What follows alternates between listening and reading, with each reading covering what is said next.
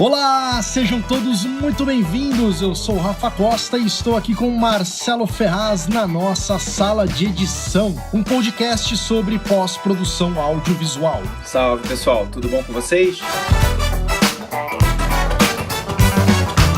E nesse episódio vamos conversar sobre algo que vai muito além da técnica ou dos softwares de edição. O assunto de hoje é a linguagem da montagem e o processo criativo na pós-produção. É isso aí, Rafa. Nós vamos conversar com o editor de vídeo que tem estourado no YouTube. Ele tem chamado a atenção ao criar vídeo-ensaios sobre os mais variados assuntos ligados à edição. E os trabalhos dele fogem do lugar comum ao falar sobre a linguagem, o processo criativo e a filosofia da edição no cinema. Portanto, aqui conosco, diretamente de Portugal, Doji Vasconcelos, editor de vídeo e criador do canal Copião Lab. Seja muito bem-vindo, Doji. Muito obrigado pelo convite. Eu estou muito feliz de estar conversando com vocês hoje. Eu estava sentindo uma carência muito grande desse tipo de conteúdo e desse tipo de discussão, esse tipo de conversa, sabe? Estou muito feliz e estou torcendo muito pelo sucesso de vocês. Cara, a gente fica muito feliz mesmo com a tua presença aqui. Então fica por aí que a gente volta a conversar logo após as mensagens dos ouvintes. Olha aí, Marcelo, o Fábio Mota escreveu pra gente aqui, ele compartilhou a nossa publicação sobre o nosso último episódio e disse: excelente iniciativa, traz à tona questões relevantes sobre o mercado audiovisual para nós editores. Parabéns a todos os envolvidos, nosso mercado carece de uma reflexão mais aprofundada. Vamos sair das ilhas e compartilhar conhecimento. Grande Fábio Mota, tive a honra de poder trabalhar junto com ele, grande editor. Obrigado pelas palavras aí, pelo incentivo, Fabião. E é isso aí, cara, vamos abrir essas caixinhas aí e compartilhar o que a gente tem de informação, né? Valeu mesmo. E a gente tem aqui a mensagem do Stanley Souza, que é muito participativo nos grupos de Facebook, e ele escreve o seguinte: muito bom episódio, consegui um tempinho aqui na produtora e valeu a pena, além de ser muito inspirador também. Quem sabe um dia podemos ter um episódio sobre o Motion 5, enaltecendo seus recursos, funções e profissionais que trabalham no dia a dia com ele. Fica a dica. Valeu, Stanley, obrigado pela mensagem. A gente usa Motion aqui também e ótima sugestão de pauta. A gente já tem se engatilhado isso anotado aqui para um dia trazer um pessoal ligado com Motion para conversar. Rafael Fozi, galera, tô extremamente empolgado com esses podcasts. Ouço como música, bom saber que tem gente que vê o Final Cut como eu vejo. Pô, Rafa, valeu, cara. Bom saber que você tá empolgado aí. A gente também tem estado bastante empolgado aqui produzindo esses podcasts e é muito bacana quando a gente ouve esse tipo de mensagem de vocês, assim, é bem animador e encorajador pra gente continuar fazendo os nossos episódios. Obrigado mesmo, Rafa. E o André de Jorge escreveu o seguinte: é isso aí, o Final Cut não deixa nada a desejar para a Adobe, principalmente se formos considerar o pacote completo Students. André, esse episódio foi realmente focado, em Final Cut. A nossa ideia é abordar todo quanto é tipo de software de edição. Todos os programas têm seus pontos fortes e seus pontos fracos, e obrigado aí pela mensagem. E olha só, Marcelo, Leonardo Oliveira aqui falou: novamente mais um excelente episódio de vocês, estou muito ansioso para ver esse documentário. Só de ouvir vocês posso dizer que pretendo dar uma segunda chance para o Final Cut. Muito legal isso, né? Muita gente escreveu isso, alguns amigos falaram pra gente também. Eu acho que essa era a ideia do filme mesmo, tentar fazer com que as pessoas dessem uma segunda chance por uma ferramenta que pode ser tão boa pra muita gente. Eu queria agradecer também o Rodrigo Diniz por compartilhar o episódio e elogiar aí no Facebook. Valeu mesmo, Rodrigo. Muito bom, ele escreveu aqui. Valeu, Rodrigo. Obrigado mesmo pelo apoio aí. Tem o Daniel Grisa, já está no meu feed, mandou um coraçãozinho aqui: mal vejo a hora de chegar ao meio-dia. Não entendo, talvez seja o horário que ele tem pra ouvir o episódio aí na hora do almoço, é isso, Dani? E só lembrando, Rafa, que os episódios saem de 15 em 15 dias, às segundas-feiras, à meia-noite. Exatamente, na primeira hora sempre, da meia-noite pra segunda-feira, a gente tá com o episódio já lançado aí, vocês podem, os mais ansiosos, quiserem aguardar aí a madrugada de domingo, a gente sempre tá lançando, então é uma madrugada de domingo pra segunda sim, outra não, os episódios estarão publicados. Lembrando, Marcelo, muita gente não está acostumada ainda com esses agregadores de podcast, mas você tem a opção também de assinar e pedir para ele baixar automaticamente quando for lançado o episódio, né? Exatamente, nas configurações, vai lá nas configurações, você tem a opção ali. É uma baita mão na roda. Eu faço isso com os programas que eu gosto, os outros programas de podcast, e é muito bom, porque eu acordo e saio para trabalhar e já tá tudo no meu celular ali, eu só dou play, já tá offline ali para mim, sem consumir o meu pacote de dados do celular. A gente recebeu também uma mensagem do Marcelo Rodrigues. Ele fala que massa, parabéns pela iniciativa. Valeu, Marcelo. E a gente tem a mensagem aqui da Monique Marques. Cara, tô ouvindo nesse momento o podcast de vocês. Pô, incrível. Tô no Canadá e sou amiga do Casa. Achei o meu mundo. Parabéns, vou sempre acompanhar. Inclusive, vou começar um curso aqui de Final Intermediário. Olha aí, nossa ouvinte internacional aí. Muito bem. Boa sorte no curso aí, Monique. Obrigado pelas palavras aí. Grande abraço. Obrigado aí pela mensagem.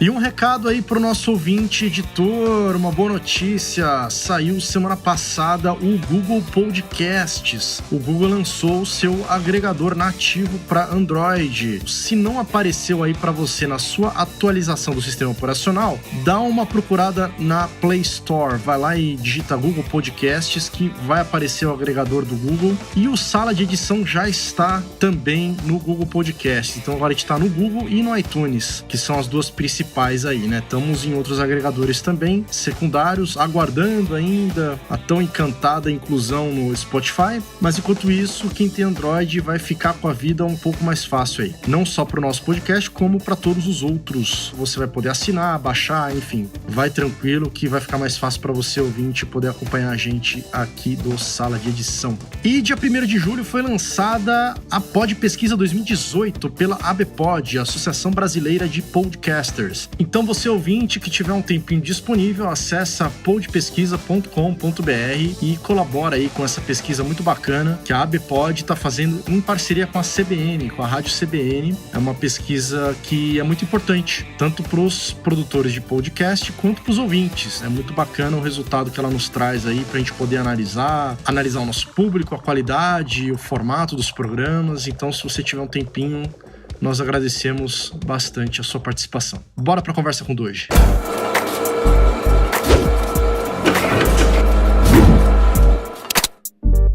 Doge, muito legal essa coisa que você estava falando aí de surgir, né, novas iniciativas. Até a gente teve um recado de um ouvinte no outro episódio. Ele falou, pô, já tinha um monte de podcast aqui de roteiro, de produção e tal, mas de edição nunca tinha achado e tal.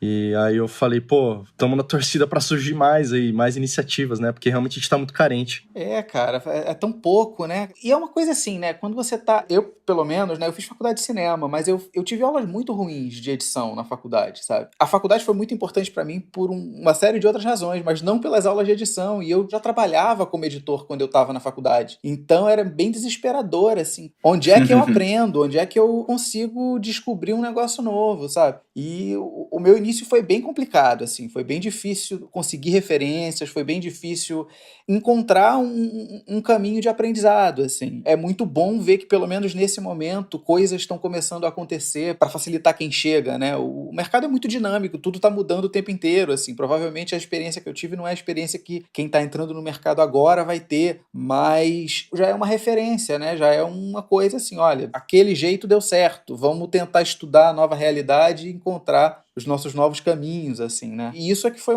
o motivador, assim, de começar algum trabalho, que já é uma coisa que eu pensava há muito tempo, né? Eu já tenho vontade de produzir alguma coisa do tipo há pelo menos uns 2 anos. E é um pouquinho do que você fala lá no seu vídeo do Procura os Editores de Vídeo. Você tinha acesso a livros, mas como é que você vai estudar edição numa mídia completamente diferente do vídeo, né? É, cara, é muito trabalhoso isso. Por exemplo, teve um livro que eu comprei 1 ano atrás, mais ou menos. O último livro de linguagem, assim, que eu comprei foi ano passado. E, cara, eu peguei o livro, primeiro eu folheei o livro inteiro, anotei todos os filmes que o livro citava, fiz uma playlist para assistir todos os filmes, e eu fui lendo cada capítulo, parando o capítulo, assistindo o filme com o livro do lado. Isso é muito trabalhoso, assim, é muito difícil fazer esse processo, né? Às vezes alguns filmes são difíceis de encontrar e tudo mais, então estudar audiovisual por livro é muito difícil. Assim, né? É a mídia mãe, né? Acho que o livro é o recurso mais antigo de difusão de conhecimento e acaba sendo a única forma acessível na maior parte das vezes. O problema é que eu acho que não me atende. Acho que não atende a nossa área. Especialmente em língua portuguesa, né? Que a gente tem muito essa carência de material em português e eu vejo muita gente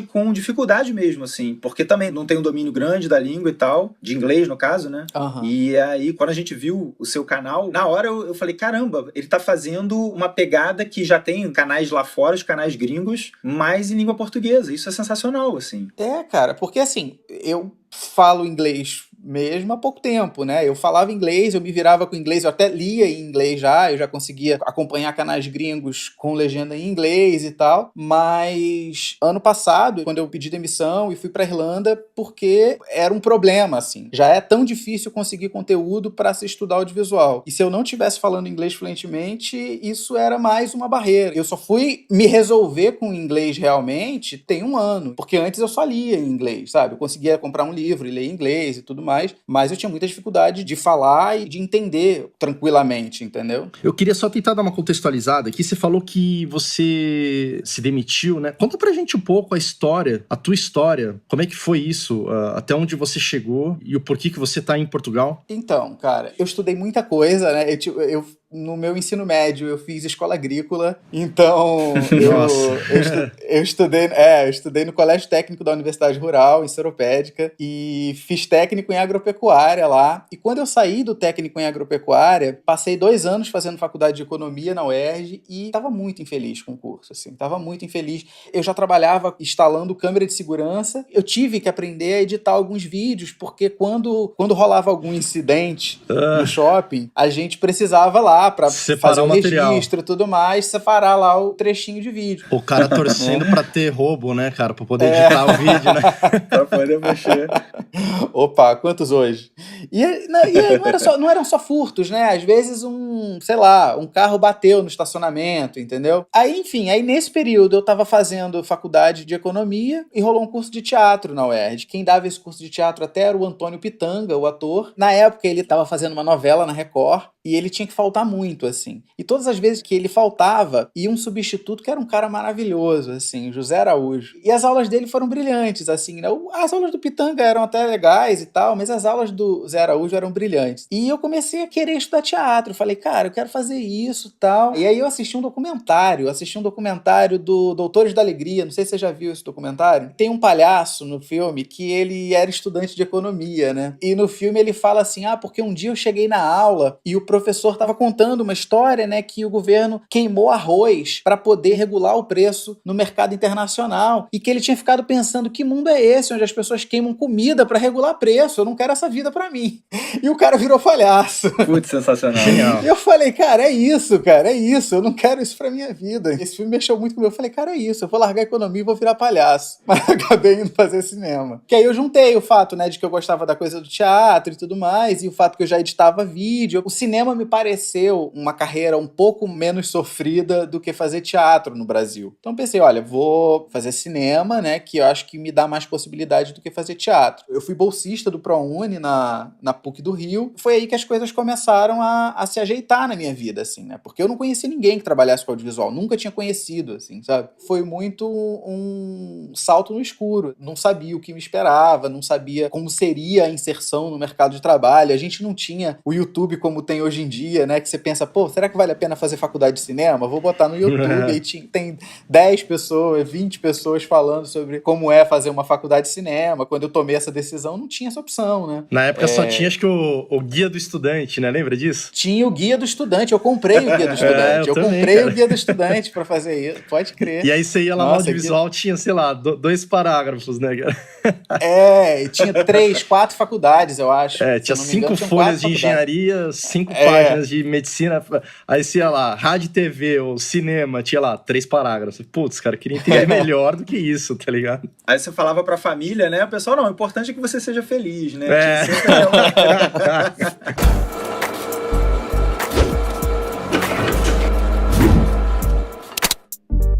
E aí você se formou em cinema em que ano? Em 2012. 2012. Aí de lá pra cá você veio trabalhando... Eu já comecei a trabalhar muito cedo, porque como eu já editava vídeo, quando eu entrei na faculdade, eu era um cara que já editava vídeo e que agora tinha uma chancela, vamos dizer assim, ele é estudante de cinema. Então eu comecei a pegar vários trabalhos, né? Eu comecei já no 2º semestre de faculdade, eu comecei a fazer um estágio, fiz estágio durante 1 ano e depois já comecei a viver de freela. Quando eu tava no meu último ano da faculdade, pintou a chance de editar um longa-metragem, documentário, aí foi primeiro trabalho em cinema mesmo, assim, recebendo pra fazer. Aí as coisas foram acontecendo, foram pintando outros trabalhos, aí ainda quando eu tava na faculdade, eu fui contratado na Globosat, fui contratado pra fazer extra, né, durante os Jogos Olímpicos de 2012. Legal. E os jogos acabaram e eu fiquei. A galera curtiu meu trabalho e eu fui ficando, assim, né, mas foi um processo bem complicado, porque como eu tô te falando, né, eu comecei a trabalhar muito cedo, eu ainda nem tinha terminado a faculdade, eu já pegava um monte de freela, e uma coisa que eu me arrependo muito nesse processo é de ter trabalhado muito pouco como assistente. Então... Faltou aquele arroz e feijão ali na formação, você acha?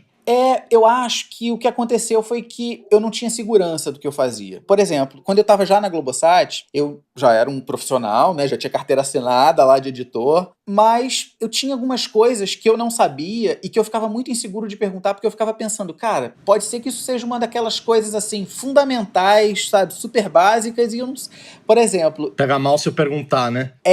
Sabe? Tinha um negócio no... A gente usava o Final Cut Server, né? Pra gerenciar o nosso material lá, tudo que ia pro ar e tudo mais. E nos metadados lá do Final Cut Server, tinha lá Multishow HD e Multishow NOA, N-O-A. E eu não sabia o que era Multishow NOA. E eu ficava muito assim, porra, não posso perguntar o que é Multishow NOA. Né?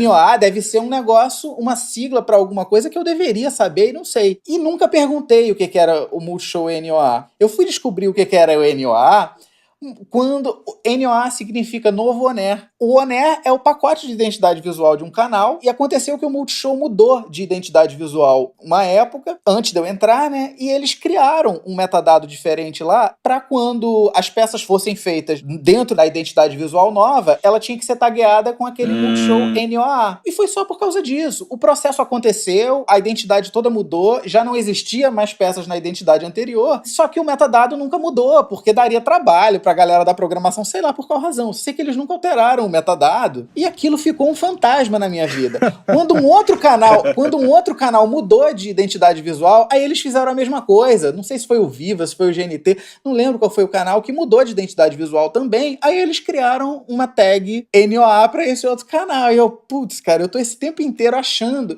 sabe, ninguém nunca vai saber o que é NOA. Eu tava tão inseguro a respeito de mim enquanto editor, que eu tinha vergonha de perguntar coisas, sabe, que eu não tinha obrigação de saber. Eu acho que isso é um pouquinho do nosso meio também, né? Como é uma coisa que lida com áreas muito amplas, é uma área muito ampla, né? Então a gente lida com tecnologia, lida com linguagem, lida com operação de software. Então acho que fica essa coisa, né, de que o cara tem que saber tudo, né? Então eu acho até legal que eu vi num dos vídeos aqui do canal do Doge, eu senti até uma certa frustração, assim, do jeito que você fala, Doge. Queria que você falasse um pouco mais sobre isso. Essa coisa dos empregadores, como os empregadores e as vagas de edição, elas enxergam os editores, né? Você fala até num trecho aqui. Eu tinha feito uma das melhores faculdades de cinema do Rio e eu sabia que editar era muito mais do que saber mexer num software. Aí você até fala, né? 99% do perfil dos profissionais que se pede aborda só questões técnicas. E aí eu te pergunto, qual é o grau dessa sua frustração? Como é que você enxerga isso?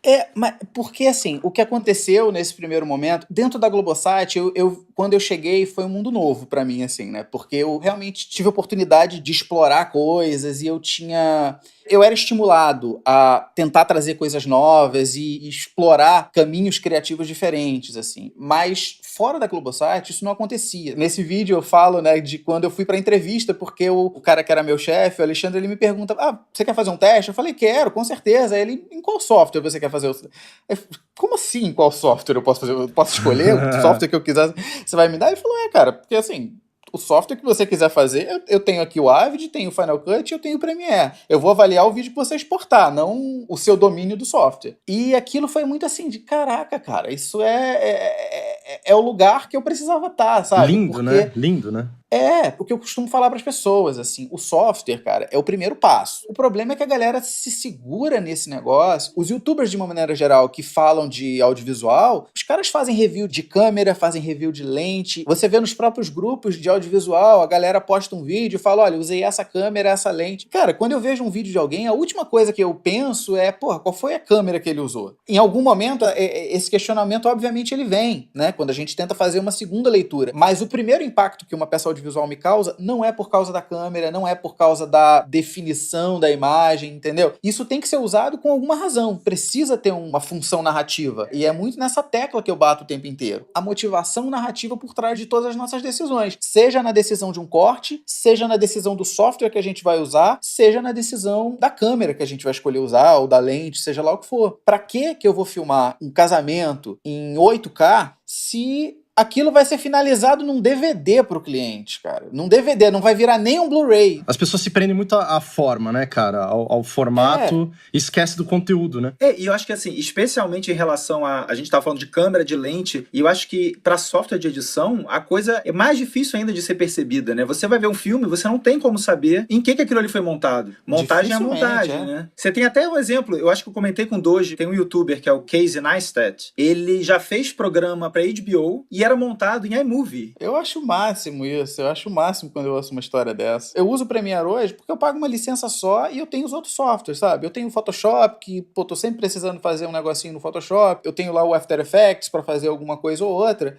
Então, assim, essa é a minha razão. Se eu precisasse só de um programa de edição, é possível que eu nem usasse o Premiere, sabe? Talvez eu usasse o Lightworks, que é free. Eu tô pouco me lixando, assim, pra ferramenta. É lógico que, assim, acaba que, como eu uso muito mais o Premiere, eu faço as coisas muito mais rápido no Premiere. Há pouco tempo atrás, eu fui fazer uma modificação, né? Um editor tinha editado um programa e chegou lá, o troço estava editado em Final Cut 7, assim. Tinha anos que eu não mexia no Final Cut 7. Apanhando, sabe? Pra relembrar as coisas no Final Cut 7. Mas, enfim, entreguei, entendeu? Mas a coisa do mercado, né? Da frustração do mercado, de pedir coisas técnicas, né? Eu tive que fazer essa alteração com a diretora do meu lado. A diretora não tinha essa percepção e eu comecei a ver que ela tava angustiada porque eu tava demorando e às vezes eu batia um atalho de Premiere pela força do hábito e, sabe, e a coisa era urgente e eu tava vendo que ela tava angustiada com aquilo. Então, assim, ela tava esperando um hábil operador de Final Cut 7. Um macaquinho, entendeu? Ali, né? E não um contador de história, né? Você tava ali, né?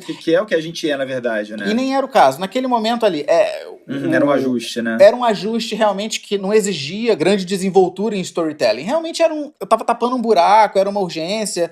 Me chamaram, assim, eu fui de madrugada, sabe, pro negócio. Era um produto de produtora que ia passar na Globo e precisava ir pro ar no outro dia de manhã e, enfim, eu tive que ir no meio da noite pra produtora e tal. Realmente era assim, aquele apagar incêndio mesmo que de vez em quando aparece. A questão é que as pessoas esperam que você seja um operador de software, né, na maior parte das vezes. E é muito doido, assim, as pessoas esperam, mas não esperam, né? As pessoas não sabem o que esperar de nós. Eu acho que esse é o grande ponto, assim, né? Essa frase aí eu vou imprimir e colocar na... Não, porque porque quando eles querem que a gente seja um exímio contador de histórias, eles exigem isso da gente e vem com um chicote atrás da gente, porque, pô, sabe, como é que você não percebeu a barriga que tem nesse vídeo, como é, sabe? Eu acho incrível, muito incrível essa sua história da sua entrevista, porque em muitos casos acontece, o cara, eu acho incrível, assim, o cara vai te chamar, você tem aí um reality, um trabalho importante, um filme, e assim, o nego te chama porque, sei lá, 3 amigos seus falaram bem de você pro cara. O cara não analisou quem é você, como é que você corta, qual é o seu estilo de montagem, o seu nível de proficiência no software, que software você usa. Tudo bem, não precisa analisar especificamente só isso, mas eu acho que é um conjunto de coisas. Então, às vezes eu sinto falta de ter um processo seletivo, sabe? De poder entrar, chegar num programa, numa emissora, num filme, numa produtora, e o cara fala, olha, eu tô te buscando porque, olha, eu vi que você tem esses trabalhos, que você tem essa formação, que você domina esse software, e aí algumas pessoas falaram bem de você. Quer dizer, às vezes também você não consegue nem provar. O cara tá olhando só ali se você sabe os seus atalhos, né? Se você é o mestre do Premiere.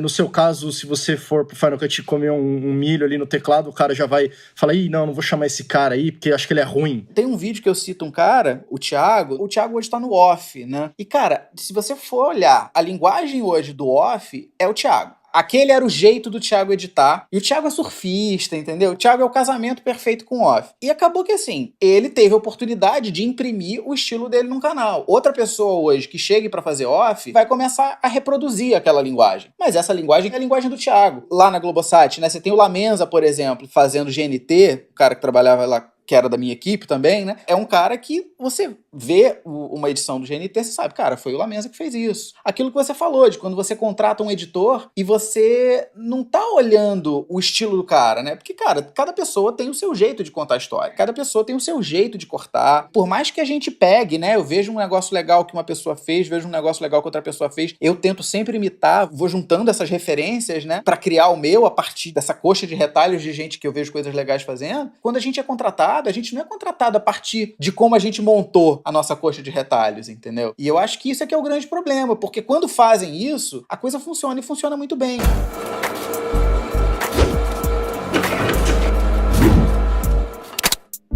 Eu queria entender, eu tô curioso disso, assim, de onde surgiu essa coisa de, vou falar isso pras outras pessoas, eu preciso dizer isso pro mundo. De onde veio essa sua gana de pôr pra fora tudo que você acha, tudo que você viveu aí, e essa sua certa até revolta com esse modelo o status quo.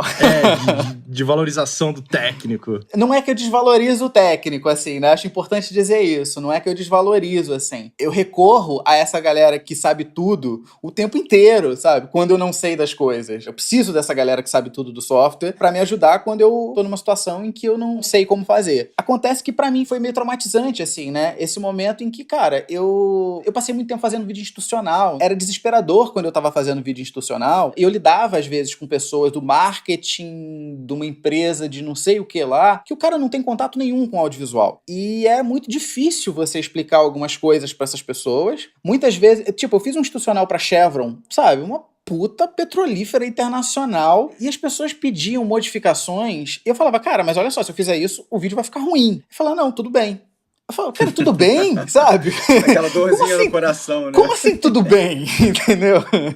Aí rolou o fim do Every Frame a Painting. A despedida do Every Frame a Painting, aquele post-mortem. Explica um pouco pro ouvinte o que é o Every Frame a Painting. O Every Frame a Painting é um canal de uma dupla de canadenses, e eles criaram um canal no YouTube chamado Every Frame a Painting, de vídeo ensaios, onde eles falam de tudo por trás da mecânica de se produzir uma peça audiovisual. Era um canal que produzia sem regularidade, né? Eles não tinham um compromisso igual o que eu tô tendo agora. Um canal que cresceu muito, e principalmente para pessoas que não necessariamente eram envolvidas com audiovisual. Porque o cara trazia uma carga de emoção e de abstração pro trabalho audiovisual, que era um negócio que virou entretenimento, sabe? E nessa carta de despedida dele, ele fala que ele começou a produzir aquilo pela dificuldade que era para ele explicar conceitos visuais para pessoas não visuais, para pessoas de outras áreas, que às vezes ele tinha que discutir uma questão conceitual para algum trabalho e a pessoa não entendia do que ele estava falando. E às vezes ele tinha que ir lá no YouTube, procurar 1000 referências e dizer, olha, tá vendo isso, essa parte aqui? Beleza. Aí ela tinha que ir lá em outro vídeo,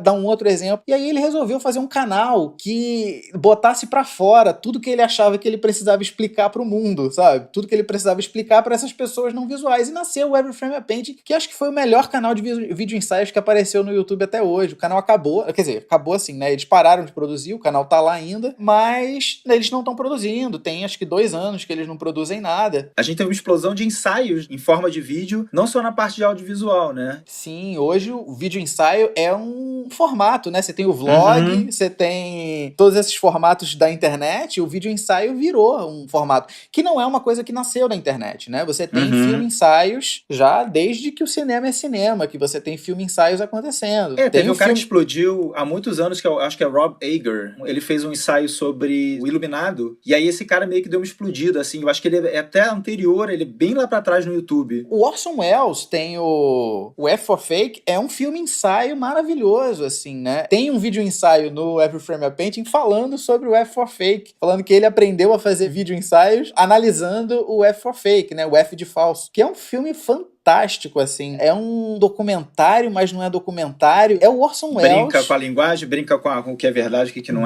Brinca com o teu cérebro, assim, sabe? É brilhante o filme. Então, assim, o YouTube, né, tá resgatando essas coisas, né, da linguagem cinematográfica. Isso eu acho muito legal. Um outro canal também que começou a me inspirar muito nisso tudo foi o This Guy Edits. Esse é um canal que não tem a pegada do Every Frame a Painting, ele até tem alguns vídeo-ensaios, mas ele fala mais de edição propriamente dito e não fala de software. Ele fala sobre contar histórias na edição, mas ele é muito mais objetivo. Ele fala, olha... Ele é menos filosófico, né? Ele é menos filosófico. Ele fala, olha, é muito legal você esperar o ator piscar antes de cortar, por exemplo. E ele vai lá e te explica por que ele acha que é interessante que o cara pisque. Ele emprega significado na piscada e você fala, cara, faz sentido aqui. Pode não valer pra tudo, pode não valer pra você, mas ele te explica a motivação dele quando ele tá editando. Então, esses dois caras foram as minhas maiores referências, assim, pra começar a produzir o Copião. Aí entrou o outro elemento, né? Eu tava já há um bom tempo procurando material pra estudar edição, querendo estudar outras coisas. Fui fazer uma pós-graduação em linguagens artísticas, cultura e educação no IFRJ e foi um curso super legal, assim, foi super legal mesmo, mas não era o que eu queria ainda, não era a discussão que me interessava ter. É muito assim, o pacotinho de coisas que eu acho que a edição de vídeos precisa ter pra mim, sabe? A malinha que eu acho que o editor precisa carregar com todas as informações que vão ajudar o trabalho dele a ficar melhor, eu acho que tudo isso tá muito disperso. A gente precisa entender coisas de psicologia que eu não estudei na faculdade de cinema, por exemplo. Aí a gente precisa entender coisas de cor que eu não estudei em lugar nenhum e que eu não encontro cursos voltados para audiovisual, cursos conceituais de cor, né? Eu não tô falando de um curso de DaVinci para fazer tratamento de cor. Eu tô falando de entender o impacto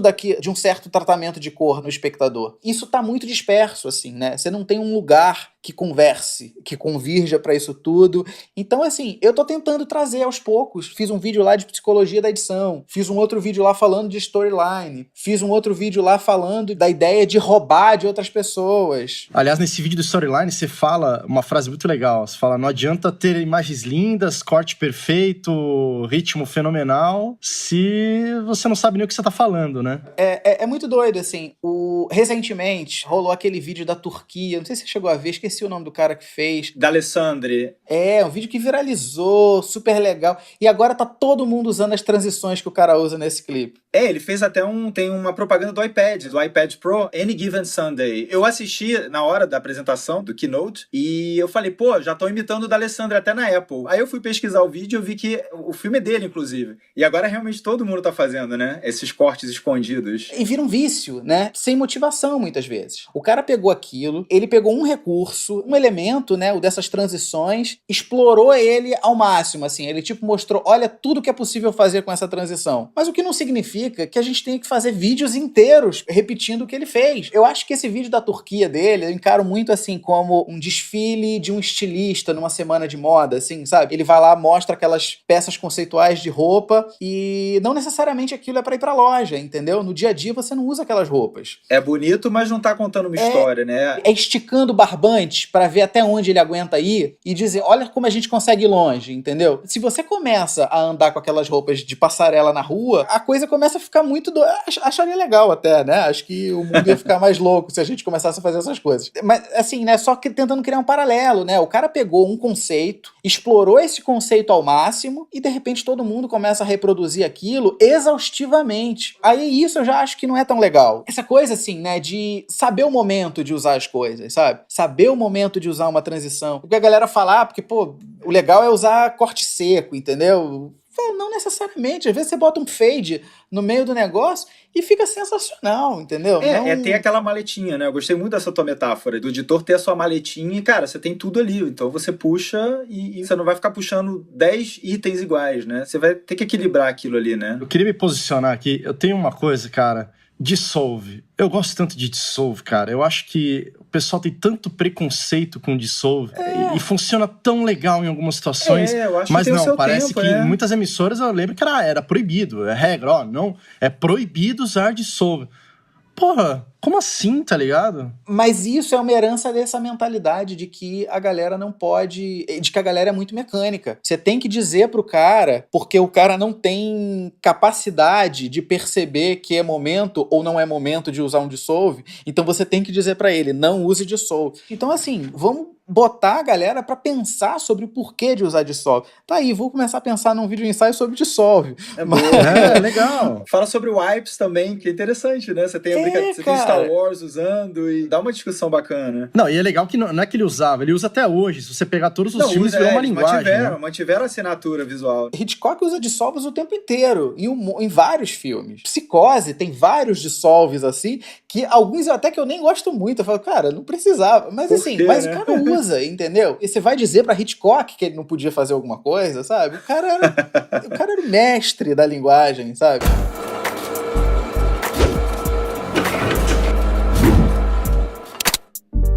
Doge, deixa eu te fazer uma outra pergunta aqui, mudar um pouquinho de assunto. A gente teve uma entrevista lá com o Thiago Taboada, a gente conversa um pouco da democratização da edição de vídeo e da produção do vídeo também. E eu queria saber como é que você enxerga essa evolução, né, essa coisa de uma ilha de edição deixar de ser algo inacessível e praticamente qualquer um com o celular na mão pode editar no próprio celular também em alta qualidade. Você falou, o mercado exige que a gente seja muito diverso, que a gente saiba filmar, editar, operar som. Acabamos ficando meio pato, que anda, nada e voa, mas não faz nada muito bem, né? Quer dizer, a especialização é importante, ela tem esse papel mesmo de, eu preciso me especializar e ao mesmo tempo tá tudo tão na mão, né? Democraticamente aí. Então, o que você acha desse momento meio louco que a gente vive aqui? Eu acabei me especializando porque foi o meu caminho que foi acontecendo, né? Eu acabei conseguindo um emprego fixo, eu tinha um salário que pagava as minhas contas, eu tinha liberdade para pegar trabalhos fora, né? Porque eu tinha uma carga horária que permitia que eu pegasse trabalhos fora, mas assim, eu só pegava trabalhos fora quando eu precisava. Então, eu acabei tendo a possibilidade de me especializar. Eu sei que na maior parte dos casos, na realidade da maior parte das pessoas, isso não se aplica, né? A gente precisa. Eu, antes de começar a trabalhar em televisão, fazia câmera e fazia After Effects muito melhor do que faço hoje. Porque eu precisava. Não era uma escolha assim, eu quero fazer as coisas em After Effects muito bem. Eu realmente tive que fazer porque era uma exigência para pegar alguns trabalhos que as pessoas me chamavam para fazer naquele momento. Eram trabalhos que exigiam After Effects, então eu comecei a pensar, eu tenho que desenvolver isso. Tem certas coisas que não dá para fugir, assim, né? Não dá pra bater de frente, porque senão você fica sozinho. E todo mundo tem conta pra pagar. Então, assim, eu acho que as pessoas têm sim que saber outras coisas, até porque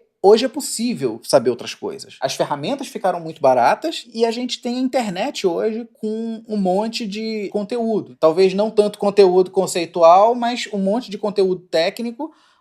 Pelo menos isso a gente tem e tem de sobra. Não tem desculpa pra pessoa não conseguir fazer o essencial. Eu falei assim, de ficar como pato, tem gente que faz tudo muito bem. Tem gente que faz várias coisas muito bem. Cara, eu invejo essas pessoas. Assim, eu não entendo, assim, eu falo, gente, como é possível, assim, sabe? Eu trabalhei com um cara, o Alex, puta diretor de fotografia, entendeu? E na Globosat ele era editor. Era muito engraçado, quando eu tava fazendo um trabalho de cinema, às vezes, eu falava, porque eu trabalho com o Alex. As pessoas, o Alex Sararipa, fala, excelente diretor de fotografia, né? Eu falo, mas na Globosat ele é editor. As pessoas, editor? Como assim o Alex é editor? Eu falo, cara, o Alex é editor. E é um editor muito bom. Acontece aqui no nosso programa, o Casa, né, que é o nosso integrante aí, dos colaboradores, ele não pôde estar hoje aqui no Conversa, mas ele era editor comigo, fez Fazenda comigo, reality, trabalhou na Rede TV, trabalhou em muitos outros lugares, e assim, ele é um puta de um diretor de fotografia, e agora ele tá como diretor de programa na Rede Globo Internacional lá em Los Angeles, quer dizer, nem na fotografia mais acho que ele tá pegando direito, mas se você colocar ele pra fazer um filme, vai ser uma coisa muito linda, e ele mesmo monta o filme que ele filmou, sabe? Ele dirige, o cara assovia, chupa cana e anda de bicicleta ao mesmo tempo. Admiro. Mas assim, não é a minha realidade, cara. Eu hoje, assim, fico muito desconfortável quando eu tenho que fazer câmera, né? Na Alemanha, eu tava trabalhando num projeto que era muito... assim, que eu tinha que fazer tudo, sabe? E tive que fazer câmera várias vezes agora na Alemanha, e era aquele negócio assim, cara, não tô à vontade, entendeu? Não é o que eu sei fazer, entendeu? Ficava, depois ia olhar, puta, não ficou bom. E é doido porque assim, né, quando a gente tá editando, a gente reclama do trabalho por que o cara não fez isso? Por que o cara não fez aquilo? E eu tendo, sabe? Eu ficava muito nervoso, eu falava, cara, quer ver que eu vou fazer um negócio, eu não vou poder reclamar de ninguém, porque fui eu que fiz, sabe? Então... Já passei por isso também. Mas não sou, assim, o que eu sei fazer hoje é editar, cara. O que eu sinto a vontade de dizer que eu sou é editor. A democratização, né, voltando pra sua pergunta, é muito legal que isso tudo tenha ficado muito acessível, porque a gente tem a possibilidade de mais pessoas poderem se descobrir talentos. Porque, pensa assim, né, há 50 anos atrás, quantas pessoas tinham acesso a uma câmera? Aí você pensa, quantas pessoas teriam potencial para virar excelentes produtores de filmes e de televisão e tudo mais, e nunca se descobriram esse talento. nunca se descobriram nessa função porque nunca tiveram acesso a uma câmera, porque nunca tiveram acesso a um programa de edição, ou porque nunca conheceram ninguém, como eu não conhecia, por exemplo. Hoje a coisa tá muito mais democrática, era menos acessível quando eu resolvi estudar cinema, hoje tá muito mais, e era muito menos acessível antes de mim. Eu falo para alguns alunos e, enfim, amigos aqui, mais novos, né? Eu falo, caramba, quem dera ali na minha saída do colégio eu tivesse um iPhone na minha mão, um iMovie que fosse, sabe? Eu não tinha nem PC na época, imagina quanto a gente teria evoluído já naquela época, né? Não, cara, tipo, eu lembro que eu estudei com um cara que hoje é um puta diretor de fotografia, Rafael Medeiros. Desde o ensino médio, ele tinha uma câmerazinha mini DV que ele filmava, ele era patinador profissional, não sei se ele ainda patina, mas ele era patinador profissional e ele tinha uma câmerazinha mini DV que ele usava pra fazer as paradas dele, pra filmar ele andando de patins com os amigos dele e tudo mais, desde que o garoto tinha, sei lá, seus 15 anos. Hoje o cara é um puta diretor de fotografia, dirige um monte de coisa por aí, não é à toa, sabe? O cara tá fazendo isso há muito tempo, entendeu? Eu não tive câmera, eu resolvi que eu ia fazer cinema aos 20 anos. A gente tá falando de democratização, mas você tem noção hoje que com o teu canal você tá tendo uma parte nisso também, né? Eu vejo ali pelos comentários do pessoal, o pessoal tá fascinado, assim. Tem muita gente falando, poxa, muito obrigado, e que sensacional esse vídeo, eu precisava disso. Eu acho legal que a galera descubra. É um outro ponto, assim, né? Um negócio que eu falei na live, né? Tinha o Beiso, do Vida de Motion, apareceu na live, né? Que eu fiz semana passada. E uma coisa que eu acabei comentando, né? Eu acho que eu converso com pessoas que já passaram pelo Beiso, que já assistiram os vídeos lá, que já assistiram os canais de software e que, sabe, Bruno Baltarejo e tal. Eu converso com a galera que já aprendeu essa parte. E acho que você chega num momento em que ou ele vai fazer a certificação lá da Adobe, do Avid, seja lá o que for, para virar um expert no software, ou ele vai querer começar a fazer outras coisas. E a questão é que essa outra coisa não existia. Essa outra coisa não que não existia, né? Essa coisa existe o tempo inteiro, mas essa outra coisa não estava sendo conversada, pelo menos eu não estava vendo. Muita gente pode não estar entrando na carreira simplesmente porque acha que software não é para ela. Total, entendeu? Total. Tem uma coisa de linguagem ali, de storytelling que a pessoa acaba descobrindo vendo teus vídeos, né? É muito, muito louco, assim, né? Os editores mais antigos lá da Globosat me diziam que antes das ilhas não lineares, tinha duas pessoas, né? Tinha o cara que instalava o dedo e tinha o cara que operava o software. O cara que, o cara que instalava o dedo era o cara que dizia, corta aqui, corta, sabe? Aí instalava o dedo, sabe? Porque eram funções completamente diferentes. E a impressão que eu tenho hoje é que não tem ninguém discutindo sobre o momento de instalar o dedo, sabe? Exatamente. Não, e não só sobre o momento de instalar o dedo, mas o porquê de instalar o dedo, quando instalar o dedo, né? Exatamente. Que tudo é subjetivo, né? Mas entender as variantes disso, né? Quando instalar o dedo nessa situação, mas em outra pode ser que isso não funcione. Então vamos entender o que pesa na hora de decidir o quando, o como e o porquê. É o Spielberg montando o tubarão que você fala lá no seu vídeo, né? Sabe, o achar o ponto do corte, e se o ponto do corte bater entre o diretor e o editor, opa, aquilo ali tem algum motivo pra funcionar, né? E o mais importante é estar falando disso, né? Cara, eu acho assim, todas essas coisas, beleza, são coisas que em alguma instância estão claras pra mim, mas quando eu verbalizo isso é muito útil pra mim. Quando eu sento pra escrever um texto pra falar sobre determinado assunto, isso organiza as coisas na minha cabeça. A história do storyline, por exemplo, eu sabia o que era storyline, eu sabia o que era sinopse e eu sabia o que era tema. E eu falei, cara, essas três coisas estão totalmente relacionadas. É possível que em algum lugar isso esteja escrito. E quando eu junto essas três coisas e organizo ela dessa forma um pouco mais cartesiana, isso ganha um novo significado pra mim. E não só fixo isso pra mim, mas uma coisa, por exemplo, que aconteceu com esse vídeo do storyline que eu achei muito engraçado, era as pessoas que começavam a reclamar porque não recebiam material, não recebiam storylines, sabe? Por exemplo. O que é muito engraçado, assim, né? Que acaba sendo uma coisa pra educar quem te contrata, quem é teu chefe, o produtor que trabalha com você, o diretor que trabalha com você. É o tipo de coisa que o editor pode virar pra esse cara e falar, cara, olha só, eu preciso que você seja muito direto, sabe? Uma coisa que eu sempre tento dizer quando eu tô trabalhando com alguém, com um produtor, com um diretor, seja muito, mas muito claro comigo, como se você estivesse falando com uma criança, sabe?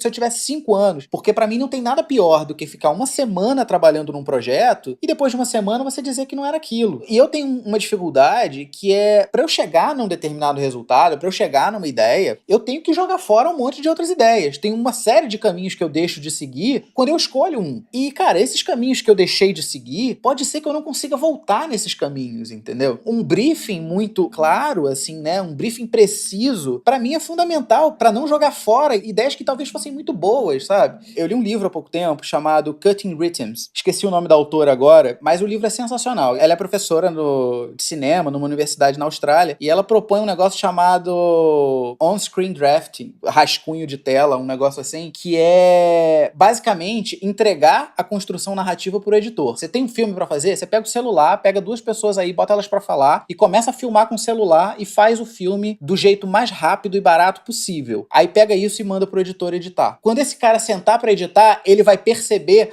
todos os buracos narrativos que a sua história tem, porque o editor, ele tá preparado pra isso. Ele vai perceber possibilidades de enquadramento que você de repente não percebeu e ele vai te entregar um roteiro muito mais amarrado e uma decupagem muito mais sofisticada. E aí você vai lá e filma com dinheiro, com produção e tudo mais, e filma direito. Mas primeiro, faz um rascunho e entrega isso pra um editor, porque o editor, ele tem uma capacidade de visualizar o resultado de um roteiro que muitas vezes o próprio roteirista não tem, porque o roteirista, ele não tá no final. Você tá juntando as pontas do processo, né? Muito bacana isso. É, assim, é uma proposta Os muito extremos, legal, assim. né? A minha ideia é, o meu projeto de mestrado, trabalhar com essa metodologia do on-screen draft. Pretendo transformar isso em alguma coisa, em vídeo, não sei ainda bem como Muito eu vou bacana. fazer com isso, né? Mas a minha ideia é o meu projeto trabalhar com isso. O trabalho do editor, ele tem tudo a ver com o trabalho do roteirista. A gente sabe cortar texto. A gente percebe o que funciona e o que não funciona. Tem uma frase de algum diretor, eu não lembro quem, acho que ele fala, né, que o filme é reescrito na ilha de edição. São 3 filmes, né? É o que você escreve, é o que você filma, e o que você edita é um terceiro completamente diferente. Nesse Cutting Rhythms, ela fala que... Muita gente fala assim, porque o editor é o primeiro espectador do filme. E ela fala, não, o editor não é o primeiro espectador do filme. O editor, ele é um espectador muito treinado. Ele é um espectador que vai perceber... É um espectador muito mais crítico do que qualquer espectador normalmente vai ser. Quando a gente começa a discutir edição, montagem, todo esse processo criativo da pós-produção, não é só para dizer para as pessoas. É uma chamada de atenção também para os próprios profissionais. Pensar, cara, eu tô há anos pensando só em software, em o que mudou, o que deixou de mudar. Então, assim, eu preciso prestar mais atenção, eu preciso conseguir olhar criticamente para um texto e dizer isso funciona, isso não funciona. Porque, cara, quando as pessoas ganham confiança em você, isso pega, sabe? Quando as pessoas percebem que você entende daquilo também, elas confiam em você.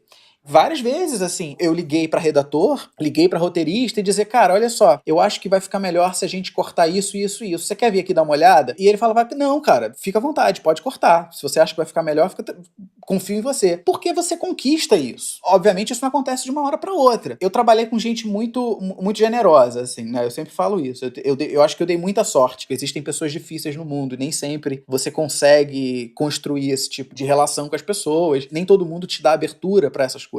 Felizmente, eu dei muita sorte de trabalhar com muita gente legal, assim. Pois é, você fala da sorte, né? Era uma pergunta que eu ia te fazer. A gente tem muito ouvinte aí que tá começando, que tá fazendo faculdade. Nos programas anteriores a gente recebeu até mensagem de alguns estudantes. E eu fico pensando, assim, eu lembro da época também que eu tava nessa fase, né? Essas dúvidas, assim, como é que eu vou conseguir ser um editor que nem o Doge, sabe? De, trabalhar na Globo, saca? Editar trailer e...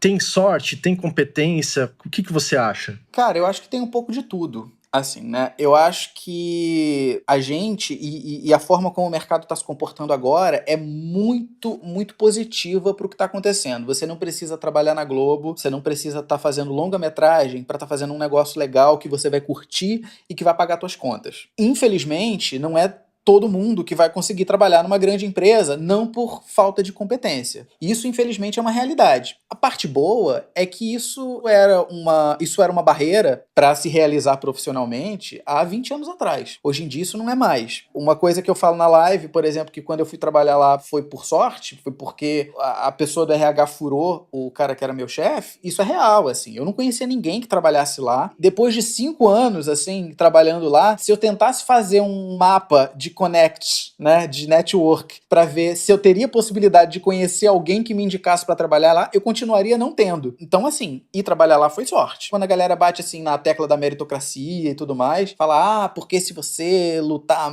Cara, assim, desculpa, mas isso não é a realidade da maior parte das pessoas, principalmente num país tão desigual quanto o Brasil. Eu venho de uma família mega pobre, eu nunca teria a possibilidade de ter estudado na PUC, por exemplo, se não fosse via uma bolsa de estudo. Eu nunca teria a possibilidade de trabalhar nos lugares que eu trabalhei, com as pessoas que eu trabalhei, se eu não estivesse no lugar certo na hora certa. Isso não quer dizer que eu não tenha que trabalhar duro pra me esforçar e pra aprender a fazer um trabalho melhor. Porque com certeza, assim, beleza, a mulher do RH furou o Alexandre na hora de me chamar pra entrevista. Mas se eu não tivesse preparado na hora que eu fui fazer a entrevista, ele não teria me contratado. Eu falo muito para meus alunos assim, esteja preparado para quando a chance aparecer. Chances vão aparecer na sua vida, né? O importante é estar preparado. Mas eu acho legal você trazer essa realidade, porque eu lembro do começo da minha carreira, eu, graças a Deus, tive belíssimas oportunidades, aproveitei elas e tenho um currículo que eu me orgulho dele. Mas eu lembro dessa minha angústia, e eu acho que muita gente deve ter, ainda mais hoje em dia, porque aumentou muito o número de profissionais, de falar, caramba, eu faço tanta coisa, eu edito,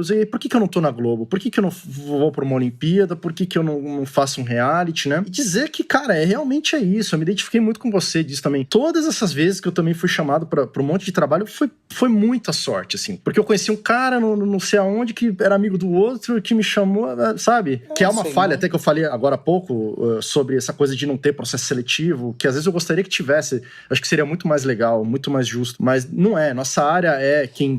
Eu acho que só tive o meu primeiro emprego, alguém olhou meu currículo. Dali pra frente, foi um indicou o outro, que indicou um, que falou comigo. Então eu acho legal trazer isso pro ouvinte. Eu acho que entra nas coisas assim, né? A coisa da confiança, né? De conquistar a confiança do roteirista e do diretor e das outras coisas, né? É muito por isso também, né? O cara fica inseguro de ficar preso trabalhando com uma pessoa que não vai atender as expectativas. Na Globosat, o que rolava era uma série de testes. O Alexandre fazia uma entrevista com a pessoa, botava o cara pra editar uma coisa, ia lá e fazia uma triagem a partir daquilo, depois passava um outro tipo de projeto diferente pro cara editar, e o cara editava umas 2 ou 3 coisas, e ele avaliava o profissional a partir disso. Mas isso é muito pontual no mercado como um todo, né? É um caso que exemplifica, por conta desse processo, temos o Doge Vasconcelos, temos o Copião falando sobre tudo que passou, toda essa experiência. Você poderia ter ficado ali na vala comum ali, né? É esse que é o ponto. Eu acho que, enfim, eu não fiquei milionário, mas não ganhei um Oscar, não ganhei prêmio nenhum até hoje de edição, inclusive. Ainda. Mas eu acho que eu dei muita sorte e que as coisas deram muito certo pra mim. E eu acho que é muito importante permitir que outras pessoas cheguem a algum lugar a partir do momento que elas sabem que é assim. Quando você não tá completamente no escuro, as coisas ficam muito mais fáceis. E, sinceramente, assim, eu quero muito que outras pessoas apareçam fazendo o que eu tô fazendo o que vocês estão fazendo, sabe? É importante pra mim porque eu organizo na minha cabeça o que eu tô fazendo. Eu sinto que eu tô fazendo uma coisa que teria sido muito legal pra mim se alguém tivesse feito quando eu tava começando. O YouTube não tinha o tamanho que tem hoje, mas que tivesse um blog. Eu acompanhava vários blogs há 10, 15 anos atrás. Se tivesse alguém escrevendo um blog e que me mostrasse o caminho, teria sido muito legal pra mim. Eu acho que tudo isso se junta numa coisa que torna esse projeto interessante pra mim. Eu sinto que eu tô fazendo uma coisa interessante, eu ganho visibilidade que no futuro, né, nesse momento não faz diferença nenhuma pra mim. Eu tô num momento em que eu tô focado em outras coisas. Mas no futuro eu acho que isso pode ser benéfico pra mim, pode me trazer vantagens. Então, sinceramente, assim, não teria por que não fazer.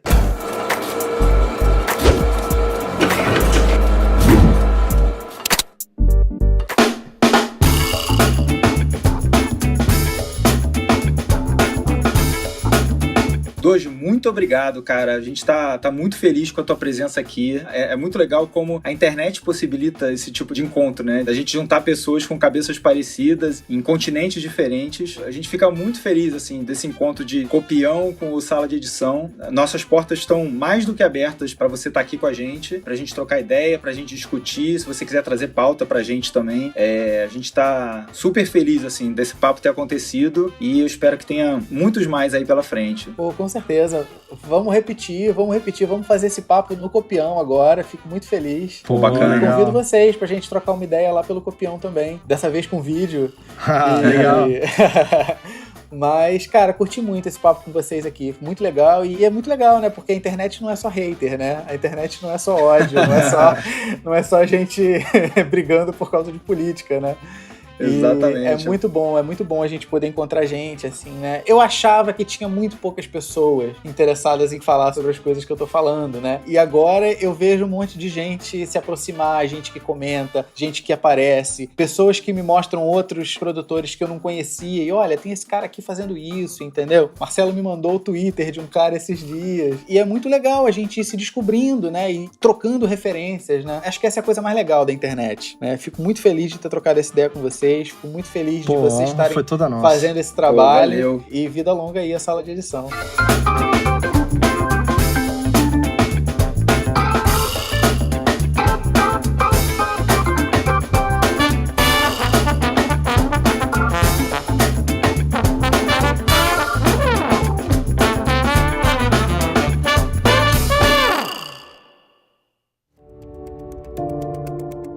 Esse podcast foi produzido por Escotilha Filmes e Podcasts e mixado nos estúdios da Atelier Vitier.